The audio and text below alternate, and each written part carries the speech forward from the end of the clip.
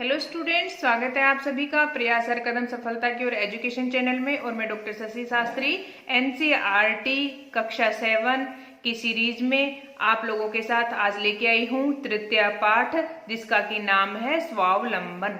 देखिए स्टूडेंट्स, मैं आपको पूरी जो पाठ्य पुस्तक है वो अभ्यास सहित आपको करवाऊंगी, सोल्व करवाऊंगी। अगर आपको कुछ पूछना हो तो कमेंट्स बॉक्स में जाकर के मुझे पूछ सकते हैं। अगर आपका कोई डाउट हो तो वो पूछ सकते हैं। साथ ही साथ आज हम जो ये पाठ है इसको पढ़ेंगे, इसका हिंदी अनुवाद करेंगे और इसके साथ इसके अभ्यास प्रश्नों को भी हल करेंगे। अगर आपको वीडियोज अच्छी लग रहे हो तो प्लीज वीडियो को लाइक करें, क्योंकि इससे मुझे मोटिवेशन मिलता है। अपने साथी दोस्तों के साथ शेयर करें ताकि ये जानकारी और सभी लोगों तक पहुंचे। चलिए आज शुरू करते हैं। हमारा जो तृतीय पाठ है नाम है स्वावलंबन। स्व मतलब अपने स्वयं के ऊपर, अवलंबन मतलब निर्भर रहना। सबसे इसका पाठ का नाम जैसा आप देख पा रहे हैं स्वावलंबन, ये अपने आप पर निर्भर रहने की बात करता है। स्वावलंबन संख्यावाची शब्द हैं इसमें, जैसे तत्, एतत्, शब्दौचय यानी कि जिस प्रकार से तत् और एतत् वह और यह शब्दों का यहाँ प्रयोग होता है, जो कि इस पाठ में हमें देखने को मिलेगा। अब हम शुरू करते हैं। कृष्ण मूर्ति श्रीकंठश्च मित्रे आस्ताम।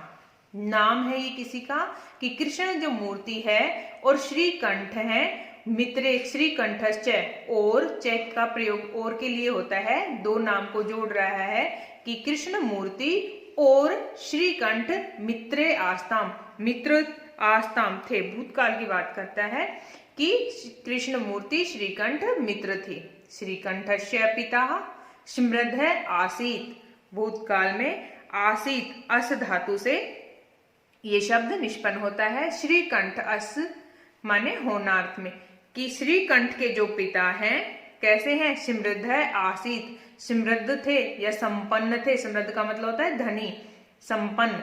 श्रीकंठ के पिता संपन्न थे, अतः इसलिए तस्य भवने, तस्य उनके, भवने भवन में, सर्व विधानानि सुख साधनानि आसन। किनके भवन में? श्रीकंठ के भवन में सभी प्रकार के, सर्व माने सभी, विधानानि प्रकार के, सुख साधनानि सुख के जो साधन है, आसन थे। इसीलिए उनके घर में या भवन में सभी प्रकार के सुख सुविधाओं के साधन थे। क्यों? क्योंकि श्रीकंठ से पिता समृद्ध आसीत। श्रीकंठ के पिता कैसे थे? समृद्ध, संपन्न, धनी थे। तस्मिन् विशाले भवने चत्वारिंशत् स्तंभा आसन। तस्मिन् उनके, विशाले बड़े, भवने भवन में, चत्वारिंशत् स्तंभा आसन कि उनके भवन में 40 स्तंभ का मतलब होता है खंबे, आसन थे। तस्य अष्टादश प्रकोष्ठेषु 50 गवाक्षः, चतुश्चत्वारिंशत् द्वाराणि, 36 विद्युत व्यजनानि च आसन।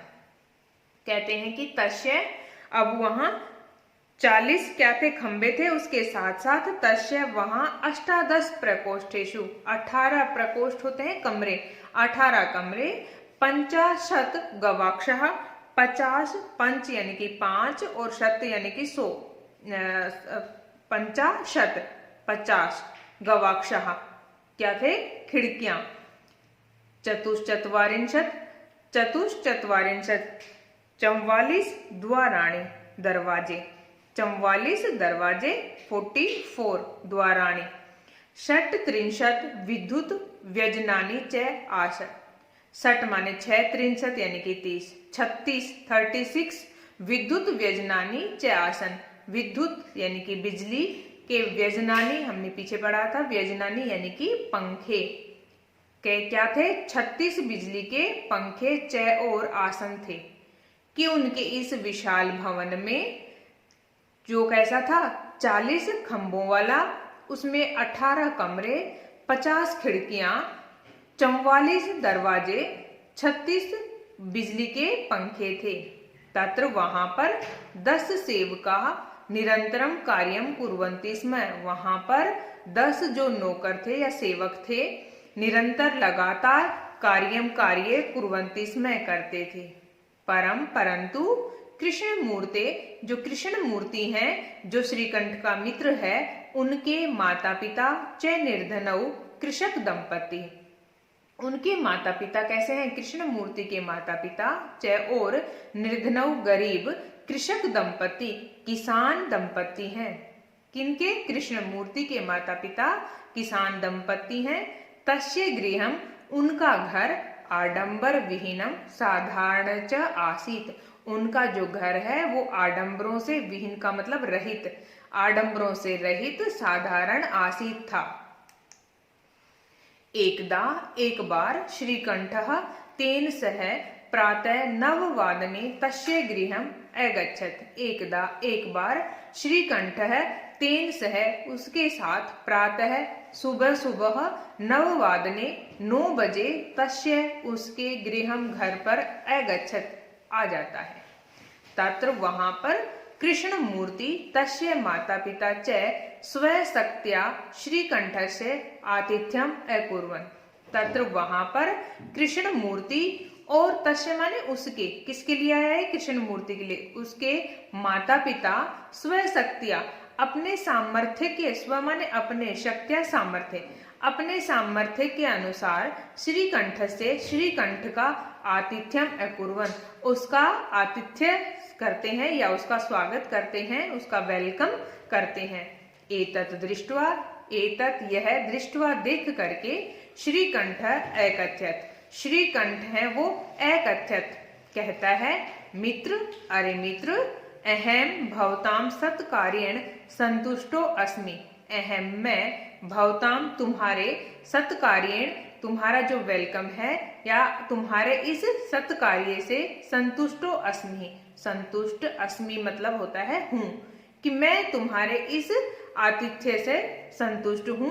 केवलम इदम एव मम दुखम यत् त्वगृहे एको अपि भृत्य नास्ति। केवलम, केवल, इदम एव यह एक, मम मेरा, दुखम दुख है, यत की, त्वगृहे तुम्हारे घर में, गृहे घर में, एको अपि एक भी, भृत्य नौकर या जिसको कहेंगे सेवक, ना अस्ति नहीं है। कि मैं तुम्हारे आतिथ्य से तो संतुष्ट हूँ, लेकिन मुझे एक ही दुख है कि तुम्हारे घर में कोई सेवक ना अस्ति नहीं है। मम सत्काराय भवताम बहु कष्टम जातम। मम मेरे, सत्काराय आदर सत्कार करने में, भवताम तुम लोगों को, बहु कष्टम जातम बहु बहुत, कष्टम कष्ट या परेशानी, जातम हुई, मम गृहे तु बहवः कर्मकारा सन्ति। मम मेरे, गृहे घर में, तू निश्चय ही, बहवः बहुत सारे, कर्मकारा काम करने वाले या सेवक, संति बहुवचन में हैं, कि मम मेरे घर में तो बहुत सारे सेवक हैं। तदा तब कृष्ण मूर्ति अवदत्, तब कृष्ण मूर्ति अवदत् कहता है। क्या कहता है? वद धातु से अवदत्, लंग लकार में, भूतकाल में। तब कृष्ण मूर्ति कहता है, क्या कहता है? मित्र, अरे मित्र, मम अपि अष्टौ कर्मकारा सन्ति। मम अपि मेरे पास भी, अष्टौ 8 कर्मकारा सेवक या नौकर, संति हैं, कि परेशान ना हो मित्र, मेरे पास भी 8 सेवक हैं। ते च बहुवचन यानी कि ते, वे, च और, कौन कौन से हैं वे बताता है। द्वौ पादौ 2 पैर, द्वौ हस्तौ 2 हाथ, द्वे नेत्रे 2 नेत्र, द्वे श्रोते इति और 2 कान। इस प्रकार से मेरे पास भी 8 सेवक हैं। एते ये सभी प्रतिक्षणम मम सहायका, ये सभी प्रतिक्षणम हर क्षण मम मेरी सहायका, सहायता करते हैं। ये सभी तो हर क्षण मेरी सहायता करते हैं। किंतु लेकिन त्वभृत्या तुम्हारे जो सेवक हैं, सदैव सर्वत्र च उपस्थिता भवितुम न शक्नुवन्ति। किंतु लेकिन त्वभृत्या तुम्हारे सेवक सदैव, हमेशा, सर्वत्र और हर जगह, च मतलब और, सदैव हमेशा और हर जगह, उपस्थिता उपस्थित होने में, भवितुम न शक्नुवन्ति ही समर्थ नहीं है, या वो हमेशा हर जगह तुम्हारे साथ उपस्थित नहीं हो सकते हैं। त्वम तु स्वकार्याय भृत्याधीनः, त्वम तुम तो स्व कार्य, स्व मतलब अपने कार्य के लिए, भृत्याधीना, भृत्या सेवकों के, अधीना अधीन हो। तुम तो अपने कार्य के लिए भी सेवकों के अधीन हो। यदा यदा ते अनुपस्थितः तदा तदा त्वं कष्टम अनुभवसि। यदा जब जब ते, वे सभी कौन, ते किसके लिए आया, यहाँ भृत्य के लिए, सेवक के लिए, कि जब जब वो सेवक अनुपस्थित रहेंगे, तदा तदा तब तब त्व कष्टम, तुम्हारा जो कष्ट है या तुम्हें कष्टम, कष्ट की, अनुभव से ही कष्ट अनुभव होगा या कष्ट का तुम अनुभव करोगे। कि जब जब तुम्हारे सेवक अनुपस्थित रहेंगे तब तब तुम कष्ट का अनुभव करोगे। स्वावलंबने तु सर्वदा सुखमेव, जो स्वावलंबी होते हैं, अपनी सहायता खुद करने वाले होते हैं, स्वयं मतलब स्वयं के ऊपर, अवलंबित निर्भर रहने वाला, जो व्यक्ति स्वयं पर निर्भर रहने वाला होता है, तू निश्चित रूप से सर्वदा हमेशा सुखम एव, वो हमेशा सुख को प्राप्त करता है या सुखी रहता है। न कदापि कष्टम भवति, न नहीं, कदापि कभी भी, कष्टम कष्ट को या परेशानी को, दुख को, भवति प्राप्त होता है, या उसको कभी दुख नहीं होता है, कष्ट नहीं होता है। श्रीकंठ अवदत्, अब फिर श्रीकंठ कहते हैं, मित्र, अरे मित्र, त्वय वचनानि श्रुत्वा मम मनसि महती प्रसन्नता जाता। त्वय तुम्हारे, वचनानि वचनों को, श्रुत्वा, श्रु का मतलब होता है सुनना, त्वा प्रत्यय लगने से श्रुत्वा सुन करके एक अव्यय पद बन जाता है, श्रुत्वा सुन करके, इसी प्रकार से त्वा प्रत्यय लगाने से श्रुत्वा, पठित्वा, खादित्वा, यानी कि सुन करके, पढ़ करके, कि तुम्हारे वचनानि वचनों को, श्रुत्वा सुन करके, मम मनसी मेरा मन, महती बहुत ही अधिक, प्रसन्नता खुशी को, जाता प्राप्त हुआ है। श्रीकंठ ने कहा, अरे मित्र, तुम्हारे वचनों को सुनकर मेरा मन बहुत अधिक प्रसन्नता को प्राप्त हुआ है या बहुत अधिक प्रसन्न हुआ है। अधुना, आज ही से या आज से ही, अहम अपि, अहम मैं, अपि माने भी, आज से ही मैं भी, स्व कार्याणि, स्व अपने स्वयं के, कार्याणि कार्यों को, स्वयं एव अपने आप ही, कर्तुम इच्छामि, कर्तुम करने की, तुम उन प्रत्यय करने की, इच्छामि इच्छा रखता हूँ या इच्छा करूंगा। आज से ही मैं भी अपने स्वयं के कार्य स्वयं करने की इच्छा करूंगा या करना चाहूंगा। भवतु सार्धद्वादश वादनम इदम सांप्रतम गृहम चलामि। भवतु तो अब, सार्धद्वादश वादनम इदम, सार्धद्वादश यानी कि 12:30 बज गए हैं, इसलिए सांप्रतम अभी हमें, गृहम चलामि अभी मैं घर को लिए चलता हूँ या अब मैं अपने घर को जाता हूँ। इस प्रकार से हमने ये पाठ पढ़ा। अब हम देखते हैं इनके शब्दों के अर्थ। समृद्ध है यानी कि रिच, धनी। चत्वारिंशत् 40, अष्टादश 18, प्रकोष्ठेषु कमरे या कमरों में, प्रकोष्ठेषु, प्रकोष्ठ मतलब कमरा, प्रकोष्ठेषु बहुवचन, कमरों में। 50 50, गवाक्षः खिड़कियां। चतुश्चत्वारिंशत् 44, षट्त्रिंशत् 36, कृषक दंपति, कृषक किसान, दंपति पति पत्नी के जोड़े को दंपति कहते हैं, तो किसान पति पत्नी ही। आतिथ्यम, आतिथ्य सत्कार। कर्म करह, काम करने वाले, काम को करने वाले, सेवक। भवताम, आपके लिए। भृत्यः, नौकर। शक्नुवन्ति, सकते हैं या कर सकते हैं। सार्धद्वादश वादनम, 12:30 बजे। सांप्रतम, अभी। अभ्यास, यहां देखेंगे आप, उच्चारणम कृत, आपको उच्चारण करना है। विंशतिः, त्रिंशत्, चत्वारिंशत्, द्वाविंशतिः, द्वात्रिंशत्, द्विचत्वारिंशत्, चतुर्विंशतिः, त्रयत्रिंशत्, त्रयश्चत्वारिंशत्, पंचविंशतिः, चतुस्त्रिंशत्, चतुश्चत्वारिंशत्, अष्टाविंशतिः, अष्टात्रिंशत्, सप्तचत्वारिंशत्, नवविंशतिः, नवत्रिंशत्, पंचाशत्। अधोलिखितानां प्रश्नानामुत्तराणि लिखत। नीचे जो प्रश्न लिखे गए हैं इनके आपको उत्तर लिखना है। कस्य भवने सर्वविधानानि सुख साधनानि आसन। किसके भवन यानी कि घर में सभी प्रकार के सुख साधन आसन थे। आपने अभी पढ़ा किसके घर में सभी प्रकार के सुख साधन थे, तो उत्तर हो जाएगा इसका श्रीकंठ के घर में सभी प्रकार के सुख साधन थे। कस्य गृहे कोऽपि भृत्य नास्ति। कस्य किसके गृहे घर में कोऽपि कोई भी सेवक नास्ति नहीं था। हम कहेंगे कृष्ण मूर्ति गृहे कोऽपि भृत्य नास्ति। श्रीकंठस्य आतिथ्यम के अकुर्वन्। श्रीकंठ का आतिथ्य या सत्कार के कुर्वन् कौन करते हैं, तो श्रीकंठस्य आतिथ्य तस्य माता पिता अकुर्वन्।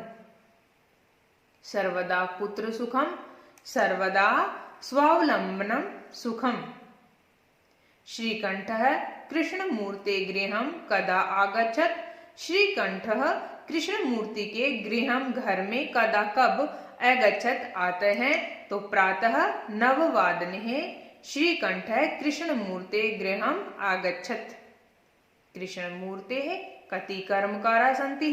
कृष्णमूर्ते 8 कर्मकारा सन्ति। चित्राणि गणित्वा तद्धः संख्यावाचक शब्द लिखित। ये जो आपको चित्र दिखाई दे रहे हैं इनकी गणना करनी है और उसके बाद में आपको इनकी संख्या यहाँ लिखनी है। हम कहेंगे आपको कुछ घड़े दिखाई दे रहे हैं, इनकी संख्या कितनी है, 8 10। आगे आपको कुछ आम्रफल दिखाई दे रहे हैं, इनकी संख्या है 21। अभी आपको कुछ गेंद दिखाई दे रही हैं, इनकी संख्या है 5 10। इस चित्र में आप देख पा रहे हैं कुछ मोमबत्तियां हैं जिनकी संख्या है 63। अभी आप कैंची देख रहे हैं जिनकी संख्या है 24। कुछ पत्ते आपको दिखाई दे रहे हैं जिनकी संख्या है 33। मंजूषात अंकानां कृत्य पदानि चिन्हित। यहाँ आपको कुछ अंक दिए गए हैं और उन अंकों को मंजूषा में से संस्कृत पद को उठा करके चयन करना है। यहाँ आप 28 यानी कि 28 देख पा रहे हैं जिसको हम कहेंगे अष्टाविंशतिः। अब आप यहाँ 30 यानी कि 30 देख रहे हैं जिसको कहेंगे 63। अभी आप यहाँ 27 देख रहे हैं जिसको हम कहेंगे सप्तविंशतिः। अभी आप 31 यानी कि 31 देख रहे हैं जिसको हम कहेंगे 31। अभी आपको 24 दिखाई दे रहा है यानी कि 24 जिसको हम कहेंगे चतुर्विंशतिः। अब आप 50 देख रहे हैं 50 जो कहेंगे 50। यहाँ आपको 40 दिखाई दे रहा है जिसको हम कहेंगे 44। चित्रं दृष्ट्वा मंजूषातः पदानि च प्रयुज्य वाक्यानि रचयत। आपको एक मंजूषा दी गई है और उस मंजूषा में कुछ शब्द दिए गए हैं और यहाँ आपको चित्र दिखाई दे रहे हैं। इन चित्रों को देख करके वाक्य की रचना करनी है। पहला चित्र हमें देख रहे हैं कि किसान खेत को जोत रहा है, यानी कि एक किसान खेत को जोत रहा है। अगले में हम देख पा रहे हैं द्विवचन यानी कि 2 किसान खेत को खोद रहे हैं। अगले में हम देख रहे हैं कि बहुत सारे किसान जो हैं वो कोई फसल है जिसको कि लगा रहे हैं। अब हम पहले चित्र को देख करके वाक्य का निर्माण करते हैं। सबसे पहले हमारे पास क्या है, एक किसान है, तो कृषकः क्या हो जाएगा, एषः कृषकः क्षेत्रं कर्षति। एषः यह किसान क्षेत्रम खेत को कर्षति जोतता है। आपको ये 4 जो शब्द हैं ये उठाने हैं। एषः कृषकः क्षेत्रम और उसके बाद में कर्षति, इनसे मिलकर के हमारे पास एक वाक्य बन गया, एषः कृषकः क्षेत्रम कर्षति। इस पहले चित्र के अनुसार ये वाक्य बन गया है। आगे हम देख पा रहे हैं, एतौ कृषकौ खनन कार्यम कुरुतः। एतौ ये दो, कृषकौ दो किसान, खनन कार्यम खोदने के कार्य को कुरुतः करते हैं, दो किसान खोदने के कार्य को करते हैं। अब ये बहुत सारे हैं, तो एते कृषका धन्यम रोपयन्ति, ये सभी किसान धान को रोपते हैं। अधोलिखितान समयवाचकान अंकान पदेषु लिखत। यहाँ आपको कुछ समयवाचक जो शब्द हैं ये दिए हैं, इनको लिखना है। जैसे यहाँ दिया 10:30 बजे हैं, जिसको हम कहेंगे सार्ध द्वादश वादनम। सप्तवादनम, पूरे 7 बजे हैं तो सप्तवादनम। अगला है, यहाँ हम देख रहे हैं 2:30 हुए हैं, जिसको कहेंगे सार्ध द्विवादनम। 11 बजे हैं, जिसको हम कहेंगे एकादश वादनम। यहाँ हम 4:30 बजे हुए देख पा रहे हैं, जिसको कहेंगे सार्ध चतुर्वादनम। सार्ध एक वादनम यानी कि 1:30, जब हम 30 मिनट पे होते हैं उसको कहते हैं सार्ध, कि सार्ध एक वादनम। आधे के साथ में एक पूरा, तो 1:30 यानी कि सार्ध एक वादनम। पूरे 5 बजे हैं तो पंचवादनम। 3:30 हुए हैं तो सार्ध क्या कहेंगे त्रयवादनम। पूरे 9 बजे हैं नववादनम। 12:30 सार्ध द्वादश वादनम। यहाँ मिसप्रिंट है, देख लेना एक बार, सार्ध 10 वादनम होगा, या द्वा नहीं आएगा, ये बुक में मिसप्रिंट है। द्वादश का मतलब तो 12 हो जाता है, यहाँ 10 आएगा, सार्ध 10 वादनम। एक बार ये आप इसको करेक्शन कर लेना, सार्ध 10 वादनम, 10:30। अगला है 8 बजे हैं तो हम कहेंगे अष्टवादनम। अगला है 7:30 बजे हुए दिखाई दे रहे हैं आपको, तो सार्ध सप्तवादनम। मंजूषात् पदानि चित्वा रिक्त स्थानानि पूरयत्। मंजूषा से पदों को चुन करके रिक्त स्थानों को भरना है। मंजूषा में कुछ शब्द आपको दिखाई दे रहे हैं, इन रिक्त स्थानों को भरना है। ऋत्वः भवन्ति, ऋत्वें होती हैं, आपको पता ही होगा ऋत्वें कितनी होती हैं, तो षड् ऋत्वः भवन्ति। मासाः भवन्ति, महीने कितने होते हैं ये भी आपको पता ही होगा, तो कितने होते हैं 12 यानी कि 12 महीने होते हैं। एकस्मिन् मासे, एक महीने में या तो कितने होंगे 63, 30 अथवा कितने होंगे 1 31 यानी कि 31 दिवसा भवन्ति, दिवसा दिन भवन्ति होते हैं। एक महीने में 30 या 31 दिन होते हैं। फरवरी मासे, लेकिन फरवरी मास तो सामान्यतः 28 दिनानि भवन्ति, दिनों की होती है। फरवरी मास में तो सामान्यतः 28 दिन होते हैं। मम शरीरे, मम मेरे, शरीरे शरीर में, द्वौ हस्तौ सतः, मेरे शरीर में 2 हाथ हैं। भारतीय वर्ष अनुसारम मासानाम ऋतूनाम च नामानि, ये भारतीय जो समय है उसके अनुसार मासों के और साथ में ऋतुओं के नाम हैं, जो आप यहाँ देख सकते हैं। सबसे पहले हम देख रहे हैं मास का नाम और उसके बाद में ऋतु का, यानी कि सबसे पहले चैत्र और वैशाख जो मास है या महीने हैं उनमें वसंत ऋतु रहती है। उसके बाद में ज्येष्ठ आषाढ़, सामान्यतः ये होते हैं मई और जून, ये होते हैं अप्रैल और मार्च। मार्च से हमारा नववर्ष शुरू होता है, भारतीय नववर्ष जो है वो अमूमन मार्च से शुरू होता है, और उस मार्च के महीने को चैत्र कहते हैं, अप्रैल को वैशाख कहते हैं, और उस समय में भारत में वसंत ऋतु रहती है। ज्येष्ठ आषाढ़ मई जून, इनको ग्रीष्म ऋतु कहते हैं, ये ग्रीष्मकालीन महीने हैं। श्रावण भाद्रपद, ये 2 महीने वर्षा के हैं, श्रावण और भाद्रपद। जुलाई और अगस्त। अश्विन कार्तिक, सितंबर अक्टूबर जो कि शरद ऋतु का आगमन हो जाता है उसको हम सितंबर और अक्टूबर यानी अश्विनी और कार्तिक। माघशीष पोष ये हेमंत ऋतु इस महीने में होती है। नवंबर दिसंबर में हम हेमंत ऋतु देखते हैं। माघ है फाल्गुन, ये हमारे पास जनवरी फरवरी के महीने होते हैं जिसको कि शिशिर ऋतु कहा जाता है। तो स्टूडेंट्स, अगर आपको वीडियो अच्छी लगी हो तो प्लीज वीडियो को लाइक करें, ज्यादा से ज्यादा शेयर करें, अपने साथी स्टूडेंट्स के साथ शेयर करें ताकि ये वीडियोज या ये जानकारी वो सभी देखें। अगर आपको कोई डाउट हो तो प्लीज मुझे कमेंट्स बॉक्स में जाकर के पूछ लें। आप चैनल को भी सब्सक्राइब करें ऐसे आगे आने वाली और वीडियोज को देखने के लिए, साथ में बेल आइकन को भी दबा लें ताकि आपको टाइम से नोटिफिकेशन मिल जाए। धन्यवाद दोस्तों।